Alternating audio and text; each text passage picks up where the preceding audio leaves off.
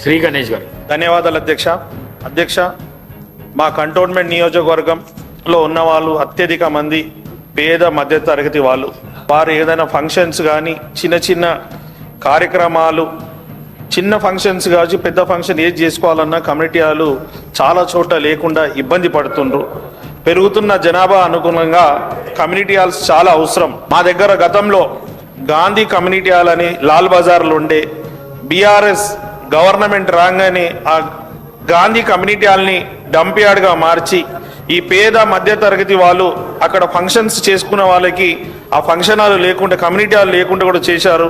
కావున అదే కాకుండా మా దగ్గర సుమారు 15 కమ్యూనిటీ హాల్స్ 50% కంప్లీట్ అయింది. పిల్లర్స్ స్లాబ్స్ వేశారు. మిగతా 50% గత ప్రభుత్వం దానికి నిధులు కేటాయించకుండా, పట్టించుకోకుండా అది అట్లనే ఇన్కంప్లీట్గా ఉంది. కావున తమరు ద్వారా గౌరవ ముఖ్యమంత్రి గారికి నేను విజ్ఞప్తి చేస్తున్నాను. ఇన్కంప్లీట్లు ఉన్న కమ్యూనిటీ హాల్స్కి నిధులు కేటాయించాలి. కంప్లీట్లు ఉన్న కమ్యూనిటీ హాల్స్ని అందుబాటులో తీసుకురావాలి. అదే మాదిరిగా కొత్త కమ్యూనిటీ హాల్స్ తీసుకురావాలి. గత ప్రభుత్వం పట్టించుకోక కేంద్రం కూడా ఎలాంటి సహకారం అందించకుండా ఈ కమ్యూనిటీ హాల్స్ ఎన్నో రోజుల నుంచి పేద ప్రజలు ఇబ్బంది పడుతున్నా వారికి ఎవరు పట్టించుకోలేదు. కాబట్టి తమరి ద్వారా గౌరవ ముఖ్యమంత్రి గారికి నేను విజ్ఞప్తి చేస్తున్నాను.